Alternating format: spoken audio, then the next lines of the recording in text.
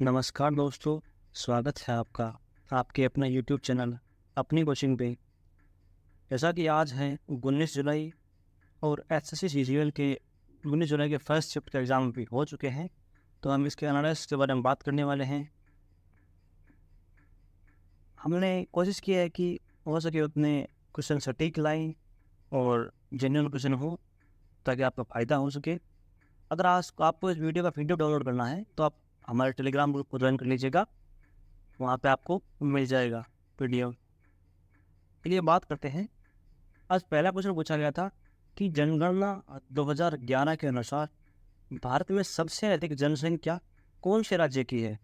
तो जनसंख्या है वो उत्तर प्रदेश की सबसे अधिक है। घनत्व है पूछे अगर जनसंख्या में, तो घनत्व है वो बिहार का है 1000 से ज़्यादा है, 1000 से 1084 लगभग है। और उत्तर प्रदेश है वो जनसंख्या ज़्यादा जनसंख्या है, लगभग 20 करोड़ के आसपास है।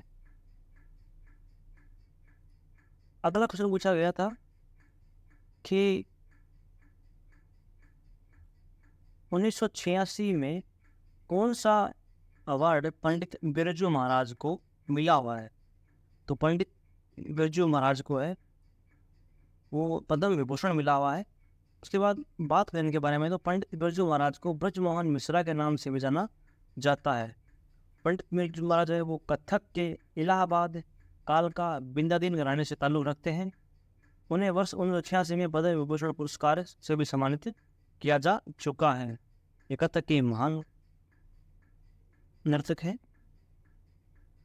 अगला प्रश्न पूछा गया था कि 2022 में संतोष ट्रॉफी विजेता टीम कौन सी है। तो इसकी विजेता टीम है 2022-23 की बात करें तो कर्नाटक ये इसमें विजेता है। और 2021-22 की बात करें तो उसकी विजेता है केरल और उसकी उप विजेता थी पश्चिम बंगाल। और 2022-23 की बात करें तो संतोष ट्रॉफी 2022-23 का फाइनल है वो रियाद यानी सऊदी अरब में खेला गया। ये पहली बार था कि घरेलू खिताब है वो विदेश में हुआ। और कर्नाटक ने फाइनल में मेघालय को हराकर 54 साल बाद खिताब जीता था। तो इसलिए ये इम्पोर्टेंट होता है कि 54 साल बाद है वो कर्नाटक जीता है फाइनल में मेघालय को हराकर। बात करें अगले क्वेश्चन की, तो क्वेश्चन पूछा गया था कि 2022 में कुल्लू राष्ट्रीय उद्यान जो कि मध्य प्रदेश में है में प्रधानमंत्री नरेंद्र मोदी द्वारा कितने टाइगर छोड़े गए। तो 8 टाइगर छोड़े गए थे मोदी द्वारा शुरुआती दौर में। शुरुआती दौर का पूछा गया था कि 8 टाइगर छोड़े गए हैं। उसके बाद बात करें तो 17 सितंबर 2022 को 4 से 6 साल की उम्र के 5 मादा और 3 नर चीते नामीबिया से कुल्लू नेशनल पार्क में छोड़े गए। यानी शुरुआत के दौर है वो 17 सितंबर 2022 में छोड़े गए थे। 3 नर और 5 मादा। उसके बाद सेकंड फेज में 18 फरवरी 2023 को है वो कुल्लू में 12 चित्ते और लाए गए छोड़े। कुल मिलाकर 20 चित्ते हैं वो कुल्लू राष्ट्रीय उद्यान में छोड़े जा चुके हैं। फर्स्ट फेज में है वो 8 चित्ते और सेकंड फेज में 12 चित्ते। और ये पूछ सकता है आपसे कि ये कहाँ से लाए गए, तो नामीबिया से लाए गए थे ये, दक्षिण अफ्रीका से। अगला क्वेश्चन पूछा गया था कि पिरामिड की संरचना बनाकर मिट्टी की हांडी है वो किस अवसर पर फोड़ी जाती है। तो बेसिकली ये क्वेश्चन जन्माष्टमी से संबंधित है, तो ये जन्माष्टमी इसका उत्तर होगा। अगला क्वेश्चन था कि नीति निर्देशक तत्व है वो संविधान के कौन से भाग में संबंधित है। तो नीति निर्देशक तत्व है वो भाग 4 में इनका वर्णन है। और इनके बारे में बात करें तो भारतीय संविधान के अनुच्छेद 36 से 51 तक राज्य के नीति निर्देशक तत्व शामिल किए गए हैं। भारतीय संविधान के भाग 3 और 4 मिलकर संविधान की आत्मा तथा चेतना कहलाते हैं। इन तत्वों में संविधान तथा सामाजिक न्याय का दर्शन का वास्तविक तत्व निहित है। बात करें नीति निर्देशक तत्व है वो कहाँ से लिए गए हैं, तो इनका वो आयरलैंड के संविधान से नीति निर्देशक तत्व वो लिए गए हैं। ये भी क्वेश्चन इम्पोर्टेंट है। अगला क्वेश्चन है कि मौर्य काल में भारत तत्कालीन परिस्थिति पर लिखी गई पुस्तक है वो जो कि इंडिका है, उसके लेखक कौन है। तो इसके लेखक होंगे मेगस्थनीज जो कि सेल्यूकस के राजदूत थे। बात करें इनके बारे में और विस्तार से, तो संधि के अनुसार मेगस्थनीज नाम का राजदूत चंद्रगुप्त में दरबार में आया था तो मौर्य काल में चंद्रगुप्त मौर्य के काल में ये आए थे मैगजीन्स।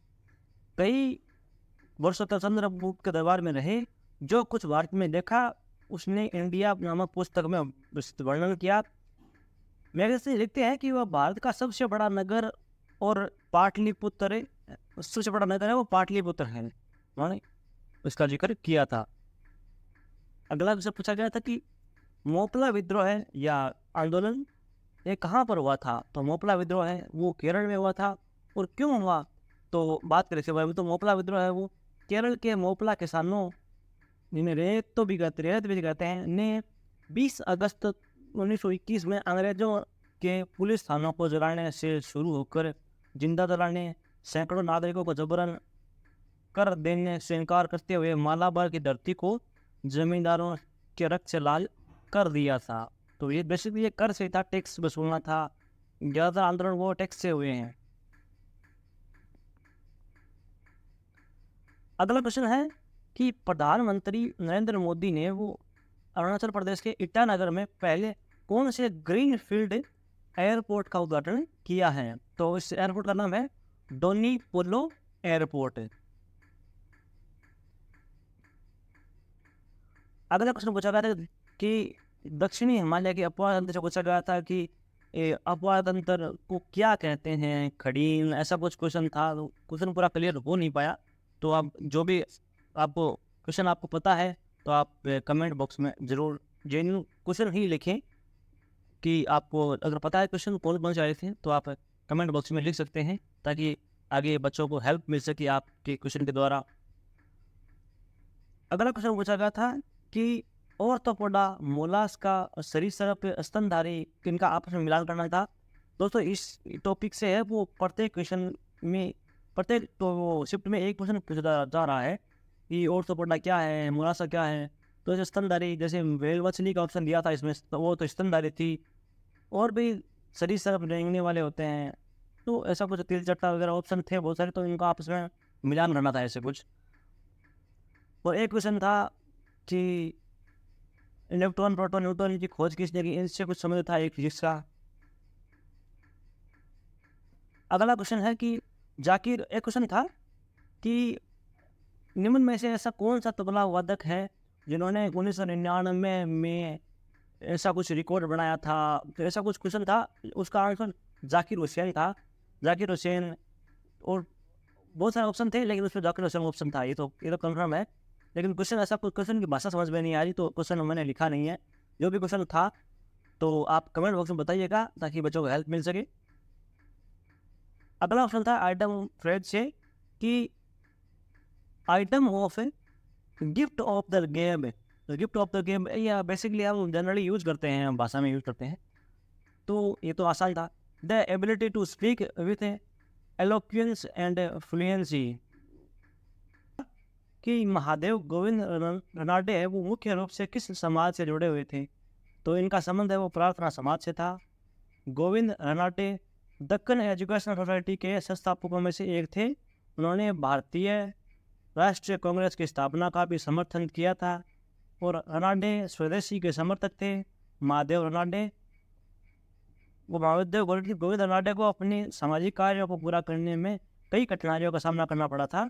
उन्होंने खुद को सामाजिक सुधार के काम के लिए समर्पित कर दिया था, जैसे कि अंतर्जातीय भोजन, अंतर्जातीय विवाह, विधवा विवाह और महिलाओं एवं दलित वर्गों की स्थिति में सुधार है। महादेव गोविंद रनाडे विधवा पुनर्विवाह संघ वर्ष 1861 और डेक्कन एजुकेशन सोसाइटी के संस्थापक थे।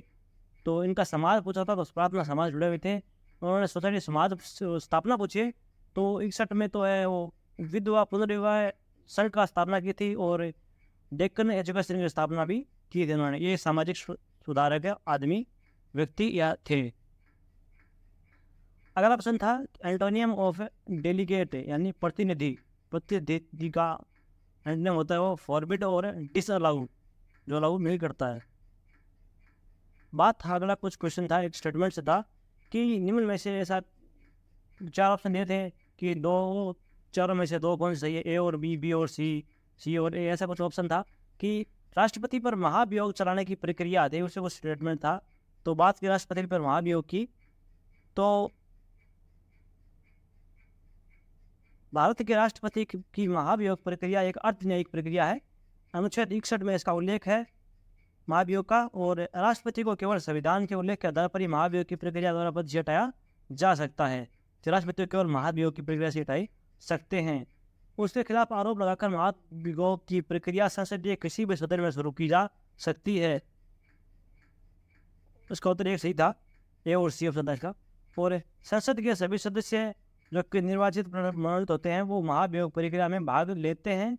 राष्ट्रपति के खिलाफ आरोप वाले नोटिस पर सदन से कम 1/4 सदस्यों द्वारा हस्ताक्षर किए जाने चाहिए।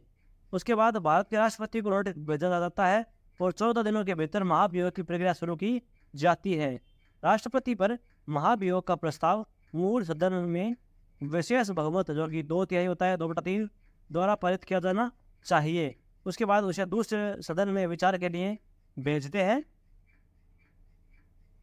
और दूसरा सदन वो जांच करने वाले घोड़े के रूप में कार्य करता है। राष्ट्रपति पर लगे आरोपों की जांच के लिए एक प्रवर समिति का गठन किया जाता है। प्रक्रिया के दौरान भारतीय राष्ट्रपति को अधिकृत वकील के माध्यम से अपना बचाव करने का अधिकार है। वह अपना बचाव करने का विकल्प चुन सकता है या ऐसा करने के लिए भारतीय किसी व्यक्ति या वकील या अटॉर्नी जनरल को नियुक्त कर सकता है। उसके बाद प्रवर समिति द्वारा जांच के बाद यदि दूसरा सदन भी 2/3 बहुमत से प्रस्ताव पारित कर देता है तो भारत के राष्ट्रपति पर महाभियोग चलाया जा सकता है और उसके बाद राष्ट्रपति को हटाया जा सकता है। तो राष्ट्रपति को हटाने की प्रक्रिया ये थी पूरी। एक बहुत ही मोस्ट इम्पोर्टेंट प्रश्न है एसएससी का फेवरेट क्वेश्चन कि निम्न में से ऐसा कौन सा मौलिक अधिकार, इनमें से ऐसा कौन है तो मौलिक अधिकार नहीं है। तो इससे मौलिक अधिकार दिए हुए थे 3, तो एक ये था ऑप्शन में कि मत देने का अधिकार है। तो ये ऑप्शन इसका सही होगा कि मत देने का अधिकार है वो मौलिक अधिकार नहीं है। मत देने का अधिकार है वो एक संवैधानिक अधिकार है। बात करें मौलिक अधिकारों के बारे में तो मौलिक अधिकारों से बहुत क्वेश्चन पूछ रहे हैं। प्रत्येक डेट को प्रत्येक शिफ्ट में प्रश्न पूछ रहे हैं मौलिक अधिकार से।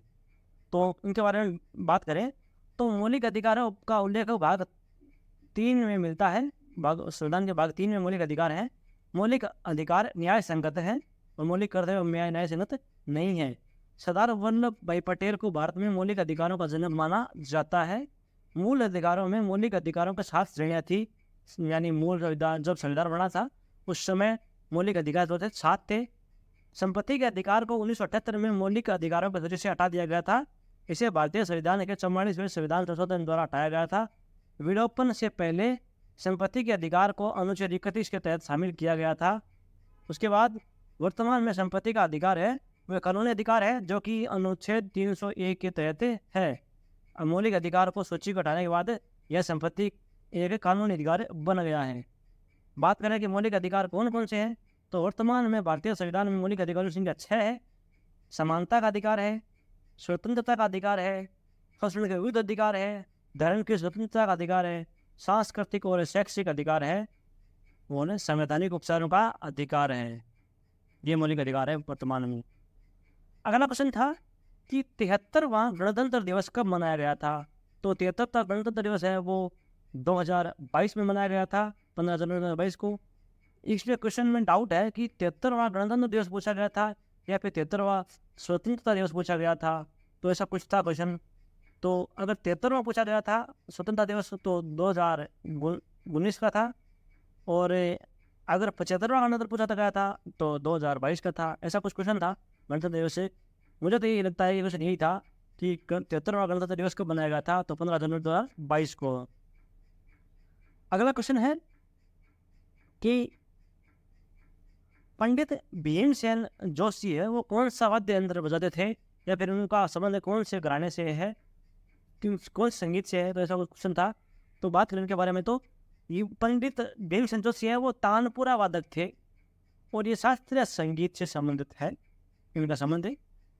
इनके बारे में और बात करें तो पंडित भीमसेन जोशी को गुरुराज जोशी के नाम से भी जानते हैं। इनका जीवन काल है वो 1922 से 24 जनवरी 2011 तक था। वे एक हिंदुस्तानी शास्त्रीय गायक थे, किराना घर के सदस्य थे और गायन के ख्याल रूप के लिए जाने जाते थे। इन्हें पुरस्कार है वो 1998 में संगीत नाटक अकादमी फेलोशिप से सम्मानित और 2009 में भारत रत्न से भी सम्मानित किया जा चुका है। बात करें हिंदुस्तानी शास्त्रीय संगीत की, तो यह भारतीय उपमहाद्वीपीय के उत्तर क्षेत्रों का एक कला संगीत है। सबसे पहले होता है कव्वाली होता है शास्त्रीय संगीत में। तो कव्वाली सूफी इस्लामिक भक्ति गीत का एक रूप है जो मुख्य रूप से सूफी मंदिरों या दरगाह में किया जाता है। कुछ प्रसिद्ध कव्वाली गायक जैसे अजीज मियाँ, नुसरत फतेह अली खान है, राहत फतेह अली खान आदि हैं। और एक है ठुमरी, शास्त्रीय संगीत का दूसरा पार्ट है। यह हिंदुस्तानी संगीत का एक अर्ध शास्त्रीय रूप है।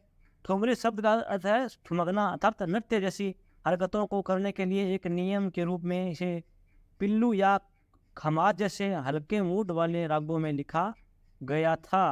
तो ये शास्त्रीय संगीत के 2 पार्ट हैं। अगला है कि पूछा जाता है कि कीटोन की संरचना क्या होती है। तो कीटोन की संरचना है वो उस प्रकार होती है कि R बॉन्ड C कोष्टक डबल बॉन्ड O, बाद में बॉन्ड R से एक कार्बन समूह है, और जहाँ R और R विभिन्न प्रकार के कार्बन युक्त क्लास हो सकते हैं। कीटोन्स में एक कार्बोनिल समूह है ये होता है, उससे कार्बन डाइऑक्साइड दोहरा बंधन C डबल बॉन्ड O होता है। ये कुछ इससे कीटोन की संरचना होती है। अगला प्रश्न पूछा गया था कि निम्न में से ऐसा कौन सा नृत्य है जो ओडिशा से संबंधित नहीं है। तो ऑप्शन में बहुत सारे थे, दलखाई, नुआखाई, ओडिसी, ऐसे कुछ ऑप्शन थे। तो उसके बाद भवाई नृत्य था एक ऑप्शन में, तो उसका उत्तर होगा भवाई नृत्य। भवाई नृत्य का संबंध है वो राजस्थान से है। तो बात करें उड़ीसा के प्रमुख नृत्य के बारे में, तो उड़ीसा के नृत्य है दलखाई, नुआखाई, ओडिसी नृत्य, छऊ नृत्य, डंडा नाटा, ये उड़ीसा के प्रमुख नृत्य हैं। अगला प्रश्न पूछा गया था कि हरित क्रांति के जनक कौन माने जाते हैं। तो हरित क्रांति के जनक है वो विश्व में तो नॉर्मन बोरलॉग माने जाते हैं। बात करें तो नॉर्मन बोरलॉग हरित क्रांति के प्रवर्तक बन जाते हैं, लेकिन भारत में है जो हरित क्रांति के लाने का श्रेय श्री सुब्रमण्यम को जाता है। एस स्वामीनाथन एक जाने माने वनस्पति वैज्ञानिक थे जिन्होंने हरित क्रांति लाने के लिए श्री सुब्रमण्यम के साथ काम किया था। स्वामीनाथन का भी वनस्पति विज्ञान में बहुत ज़्यादा योगदान है। अगला प्रश्न था कि बंगाल विभाजन कब हुआ था। तो बंगाल का विभाजन है वो 1905 में हुआ था, और बंगाल विभाजन के निर्णय की घोषणा है वो 19 जुलाई 1905 को भारत का तत्कालीन वायसराय लॉर्ड कर्जन के द्वारा किया गया था। तो ये क्वेश्चन पूछ सकते हैं कि आपको कि बंगाल विभाजन के समय वायसराय कौन थे। तो लॉर्ड कर्जन थे। एक मुस्लिम बहुल प्रांत का सृजन करने के उद्देश्य से ही भारत के बंगाल को 2 भागों में बांट दिए जाने का निर्णय लिया गया था। तो ये इसके मुख्य कारण था। बंगाल विभाजन 16 अक्टूबर 1905 से प्रभावी हुआ। इतिहास में इसे बंग भंग के भी नाम से भी जाना जाता है। तो आपसे ये पूछ सकते हैं कि बंगाल विभाजन को दूसरा नाम क्या है। तो इसका दूसरा नाम है वो बंग भंग विभाजन। अगला क्वेश्चन था करंट से सभी पूछते हैं, ये क्वेश्चन पूछ लिया गया 2015 से कि स्मार्ट सिटी योजना किस वर्ष शुरू की गई थी। तो स्मार्ट सिटी योजना है वो 25 जून 2015 को शुरू की गई थी। इसका उद्देश्य था कि 100 शहरों को स्मार्ट शहरों में बदलना है। यह एक शहरी विकास कार्यक्रम था। तो कार्यक्रम है अभी भी है सॉरी। तो बच्चे एक्सपेक्ट नहीं कर पाते कि इतना पीछे भी बीच में पूछ सकते हैं क्या। ये तो स्टैटिक हो गया, फिर करंट तो रहा नहीं। अगला ऑप्शन था कि पश्चिम बंगाल का त्यौहार कौन कौन से हैं। निम्न में से कौन सा ऐसा कुछ क्वेश्चन था। तो बात करें तो पश्चिम बंगाल के त्यौहार निम्नलिखित है कि काली पूजा, बसंत पंचमी, दशहरा, दीपावली, भाई दूज, होली, महावीर जयंती, बुद्ध जयंती, रथ यात्रा और क्रिसमस। ये पश्चिम बंगाल के प्रमुख त्यौहार हैं। अगला प्रश्न है कि किस देश ने सर्वप्रथम लोहे का हथियार बनाया था। तो सुमेर, अक्कड़ और अरिसिया के मेसोपोटामिया राज्यों ने सर्वप्रथम लोहे की हथियार बनाए थे, जो कि आज से लगभग 2500 ईस्वी पूर्व में बनाए गए थे। और देश की बात करें तो यूरोप देश में सबसे पहले लोहे के हथियार बनाए गए थे। भारत में लोहे का हथियारों का आगमन तो 1000 ईसा पूर्व में आया था। अगला प्रश्न है कि अर्जुन अवार्ड से सम्मानित ओम प्रकाश किस खेल से संबंधित है। तो उनका संबंध है वो शूटिंग से है। और अगले हैं सिंधराज अडाना का संबंध किस खेल से संबंधित है। तो इनका संबंध भी शूटिंग से है। ये एक पैरा ओलंपिक खिलाड़ी हैं जिन्होंने ब्रॉन्ज मेडल जीता था पैरा ओलंपिक खिलाड़ी में 2020 पैरा ओलंपिक खेल में। अगला प्रश्न था कि पंडित रविशंकर का संबंध किस वाद्य यंत्र से है। तो पंडित रविशंकर एक महान सितार वादक हैं। इनका तो क्या ही बताना, ये तो क्वेश्चन पता नहीं कितनी बार पूछ लिया गया है। तो पंडित रविशंकर है वो एक महान सितार वादक हैं। अगला प्रश्न था कि केंचुआ का साइंटिफिक नेम क्या होता है। तो केंचुआ का साइंटिफिक नाम होता है कि लुम्बरी सेना होता है। केंचुआ का साइंटिफिक नाम है। केंचुआ है वो एनिलिडा समूह का सदस्य है। तो आपसे ये पूछ सकते हैं ऑर्थोपोडा, एनिलिडा, मोलास्का, सरीसृप, मैमल से इनसे बहुत कथन बनते हैं। तो आप जरूर पढ़े रहिएगा, प्रत्येक शिफ्ट में यहाँ से प्रश्न पूछ रहे हैं। तो पहला प्रश्न पूछा गया था कि पैरा ओलंपिक 2020 में हुआ था जो, उसमें भारत ने कितने मेडल जीते थे। तो भारत ने वो 19 पदक वो जीते थे।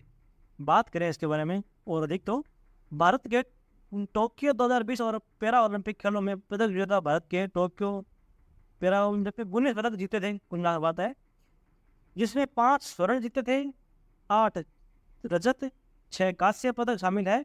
निशानेबाजी अवनी लेखरा 2 पैरा ओलंपिक पदक जीतने वाली पहली भारतीय महिला बनी है। तो इन्होंने 2 पैरा ओलंपिक मेडल जीते हैं अवनी लेखरा ने शूटिंग के मामले में, जो कि मुख्यतः जयपुर से बिलोंग करती हैं, राजस्थान के जयपुर से बिलोंग करती हैं। अगला है कि भारत में विदेशी यात्री अब्दुल रज्जाक ने किसके शासनकाल में समय विजयनगर की यात्रा की थी। तो अब्दुल रज्जाक ने वो देवराय द्वितीय के समय वो भारत की यात्रा की थी। दोस्तों मैंने एक विदेश यात्रा से संबंधित यात्री जो है आए थे उनसे संबंधित एक टॉपिक बना रखा है। तो एसएससी में आपके लिए वो काफ़ी हेल्पफुल होगा। मैं आपको वीडियो के लिंक वीडियो के डिस्क्रिप्शन में प्रोवाइड करा दूँगा, वो वीडियो वो देख लीजिएगा। प्रत्येक शिफ्ट में यहाँ से प्रश्न पूछ रहे हैं तो आपका वो प्रश्न गलत नहीं होगा।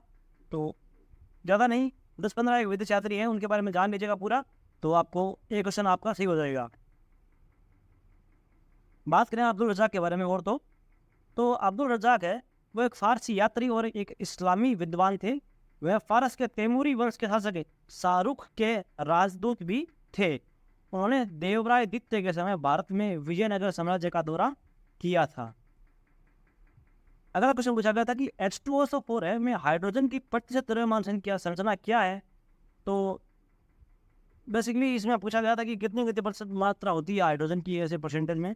तो हाइड्रोजन सल्फर और ऑक्सीजन की प्रतिशत संरचना है 0.4 है वो हाइड्रोजन होता है, 32.65 है वो सल्फर और 65.3% है वो क्या है ऑक्सीजन है, सॉरी ऑक्सीजन है। तो कुल मिलाकर इतना है प्रतिशत। अगला क्वेश्चन है कि NV रमन्ना भारत के किस नंबर के न्यायाधीश बने थे। तो वे है जो 48वें नंबर के न्यायाधीश है वो चीफ जस्टिस ऑफ इंडिया बने थे। वर्तमान में है वो जस्टिस धनंजय यशवंत चंद्रचूड़ है वो वर्तमान में चीफ जस्टिस ऑफ इंडिया है, जो कि 50वें नंबर के हैं। बात करें अगले क्वेश्चन की, तो निम्न में से कौन से सदन को भंग नहीं किया जा सकता है। तो राज्यसभा एक ऐसा सदन है तो इसको भंग नहीं कर सकते। ऑप्शन ऐसे थे कि ऐसा कौन सदन भंग नहीं कर सकते, इसमें राज्यसभा, लोकसभा, विधानसभा, इनमें से कोई नहीं, ऐसा पूछता ऑप्शन, तो इसमें राज्यसभा उत्तर सही होगा। बात करें राज्यसभा के बारे में, तो राज्यसभा है एक स्थायी सदन है, इसे भंग नहीं कर सकते। यद्यपि इसके 1/3 सदस्य है वो प्रत्येक दूसरे वर्ष सेवानिवृत्त होते हैं तथा उन्हें नए निर्वाचित सदस्यों का प्रतिस्थापन किया जाता है। अगला प्रश्न पूछा गया था कि होम रूल, इसमें तो होम रूल लीग से पूछा गया था कुछ क्वेश्चन कि होम रूल लीग की स्थापना कब और किसने की थी। तो होम रूल लीग की स्थापना वो बाल गंगाधर तिलक ने की थी 28 अप्रैल 1916 को पुणे के बेलगांव में। यह एक क्वेश्चन पूछा गया था कि होम रूल पुस्तक है उसके लेखक कौन है। तो होम रूल पुस्तक किस तरह लिखी गई, तो 1909 में लिखी गई ये पुस्तक महात्मा गांधी के द्वारा ये लिखी गई पुस्तक है। इन दोनों में से एक क्वेश्चन पूछा गया था। आपको अगर क्वेश्चन क्लियर है कि ये क्वेश्चन पूछा गया था तो आप कमेंट बॉक्स में जरूर बताइएगा कि कौन सा क्वेश्चन पूछा गया था। अगला प्रश्न पूछा गया था कि रायगढ़ घराना किस नृत्य से संबंधित है। तो रायगढ़ घराना है वो कथक नृत्य से संबंधित है। और बात करें तो इसके बारे में, तो राजा चक्रधर सिंह के दरबार से निकली कथक कला का रायगढ़ घराने से रूप में नामांकन वर्ष 1978 में इसका हुआ था। तो इसका उद्गम है वो 1978 में हुआ था। अगला प्रश्न है कि शहरी क्षेत्रों में विकास के लिए 2005 में कौन सी योजना शुरू की गई। तो इसका सही उत्तर होगा JNNURFM JNNURM को शहरी 2005 में शहरी विकास के लिए प्रमुख योजना के रूप में लॉन्च किया गया था। तो ये योजना थी JNNURM। कार्यक्रम के 2 घटक देश के शहरी गरीबों के लिए बुनियादी सेवाएं BSUP और एकीकृत आवास और स्लम विकास योजना की शुरुआत इसमें की थी। तो इसका सही उत्तर होगा ये योजना थी, उसका उत्तर यह था। अगला क्वेश्चन है कि यंग फल्टन आयोग की सिफारिश पर क्या बना था। एक फल्टन आयोग सिफारिश है वो क्यों हुई थी, तो इसे समझ पाए तो इसकी सिफारिश पर है वो भारतीय रिजर्व बैंक की स्थापना हुई थी। और जाने तो भारतीय रिजर्व बैंक की स्थापना वो हिल्टन यंग कमीशन है। यंग के हिंटन लोगों ने दोस्तों हिल्टन यंग कमीशन की सिफारिश के आधार पर बनी गई थी। भारतीय रिजर्व बैंक के 1934 बैंक के कागजात का वैधानिक आधार प्रदान करता है, जिसने 1 अप्रैल 1935 को परिचालन शुरू किया था। तो बैंक की स्थापना है वो 1935 में हुई थी, लेकिन इसके जो अधिनियम आया था वो 1934 में आया था। अगला प्रश्न था कि संविधान है वो भारत में कब बनाया गया। तो संविधान को है वो भारत में 26 नवंबर 1949 को अपना लिया गया था और 26 जनवरी 1950 को है वो लागू किया था। बात है अगले क्वेश्चन की, तो एक एंटोनियम है कि एंटोनियम ऑफ रैंडमली। तो रैंडमली का मतलब बिखरा हुआ, रैंडमली चित्र कहीं से भी उठा के उसका होता है सिस्टमेटिकली, तो ढंग से रचा हुआ, तो सिस्टमेटिकली इसका उत्तर होगा ये क्वेश्चन होता है, ये आंसर में था। अगला क्वेश्चन है कि मिस स्पेल्ट हो जाता कि लॉयल्टी का मिस स्पेल्ट क्या होगा। तो इसमें LOYALTY चीज़ दिया हुआ था, आई इसमें मिस था। अगला क्वेश्चन पूछा गया था कि असम चाय उत्सव कौन से जिले में मनाया जाता है। तो असम के जोरहाट जिला है उसमें यह उत्सव मनाया जाता है। इसके बारे में और जाने तो असम भारत में सबसे बड़ा चाय उत्पादक है और इस प्रकार असम में के लोग असम चाय महोत्सव मनाते हैं, जिसमें देश भर के चाय पारखी और चाय प्रेमी भाग लेते हैं। असम का जोरहाट जिला यह वह स्थान है जो अपने सुंदर हरे भरे चाय के बागानों के लिए जाना जाता है और यह उत्सव का स्थल भी है। अगला प्रश्न था कि जोरावर सिंह जाधव किस राज्य से संबंधित है। तो इनका संबंध है वो गुजरात से है। बात करें अगले क्वेश्चन की, तो क्वेश्चन था कि गांधी जी है वो साउथ अफ्रीका से भारत वापस कब लौटे थे। तो 1915 में वो लौटे थे। बात करें इनके बारे में तो संपूर्ण रूप से तो 9 जनवरी 1915 की सुबह है बम्बई या मुंबई के अपोलो बंदरगाह पर गांधी जी और कस्तूरबा गांधी है वो पहुंचे थे। वहां मौजूद हजारों कांग्रेसी कार्यकर्ताओं ने गर्मजोशी से उनका स्वागत किया था। महात्मा गांधी को दक्षिण अफ्रीका से भारत वापस की याद में हर साल 9 जनवरी का दिन प्रवासी भारतीय दिवस के रूप में भी मनाते हैं। तो प्रवासी भारतीय दिवस का पीछे रीजन ये है कि 9 जनवरी को महात्मा गांधी है वो दक्षिण अफ्रीका से भारत को लौटे वापस थे। अगला क्वेश्चन था कि ओलंपिक खेल जो होते हैं वो कितने वर्षों के बाद वापस आयोजित होते हैं। तो ओलंपिक खेल है वो प्रत्येक 4 साल के बाद में आयोजित होते हैं। ओलंपिक खेलों में सर्वप्रथम 1895 में सर्वप्रथम खेले गए थे। भारत ने 1900 में भाग लिया था। 1896 में खेले गए थे, भारत ने 1900 में भाग लिया था। अगला क्वेश्चन था कि रियाज खान है वो कौन सा वाद्य यंत्र से संबंधित है। तो रियाज खान है वो शास्त्रीय संगीत से संबंधित है और ये शास्त्रीय संगीत जो आगरा घराना से संबंधित है, ये रियाज खान साहब हैं। अगला प्रश्न था कि कुछ गुलाब का से संबंधित था कि गुलाब किस जगह से संबंधित है। तो गुलाब है वो गुलाब जीनस है। रोजा एक वुडी 12 वाला फूल पौधा है। गुलाब का वानस्पतिक नाम है वो रोजा रूबिगिनोसा है। तो क्वेश्चन ये ऐसा तो नहीं था, कुछ क्वेश्चन और था, उसको स्टूडेंट को वो है लैंग्वेज समझ में नहीं आई, लेकिन पूछा कुछ गुलाब से ही था, जो गुलाब का मिलान करो ऐसा कुछ। एक क्वेश्चन था कि चाणक्य से संबंधित, ये इस क्वेश्चन की भी भाषा थोड़ी लैंग्वेज है वो थोड़ी अटपटी थी। क्वेश्चन बहुत लेंथ था, लंबा था, लेकिन ऐसा है कि पूछा चाणक्य से ही गया था, चाणक्य से क्वेश्चन आया था। तो दोस्तों ये था आज का हमारा वीडियो। अगर आपको वीडियो पसंद आया है तो वीडियो को लाइक कीजिएगा, शेयर कीजिएगा और हमारे चैनल को सब्सक्राइब जरूर कर लीजिएगा। अगर आपको कुछ राय देनी है वीडियो के बारे में, वीडियो कैसा लगा, या फिर एक्स्ट्रा कोई क्वेश्चन ऐड करने हैं जो छूट गए हैं, वो इंग्लिश के क्वेश्चन, जो भी क्वेश्चन है मैथ की, तो आप कमेंट बॉक्स में अपनी राय जरूर रख सकते हैं। जो भी आपका सुझाव होगा हम उस पर जरूर गौर करेंगे। और अगर आपको इस वीडियो का PDF चाहिए तो आप हमारे टेलीग्राम ग्रुप को ज्वाइन कर लीजिएगा। इसका लिंक आपको वीडियो के डिस्क्रिप्शन बॉक्स में दिया हुआ है, वहाँ से जाके ज्वाइन कर लीजिएगा और आपको फ्री ऑफ कॉस्ट है वो PDF अवेलेबल करवा दी जाएगी दोस्तों। और जो भी कुछ आपके मन में सुझाव चल रहा होगा, जैसे पेपर के बारे में और कुछ स्ट्रेटेजी के बारे में, तो जो भी आपका है तो आप कमेंट बॉक्स में जरूर पूछ सकते हैं, आपको जरूर जवाब मिलेगा। धन्यवाद दोस्तों, ऐसे ही सपोर्ट बनाए रखिएगा हमारे चैनल पे।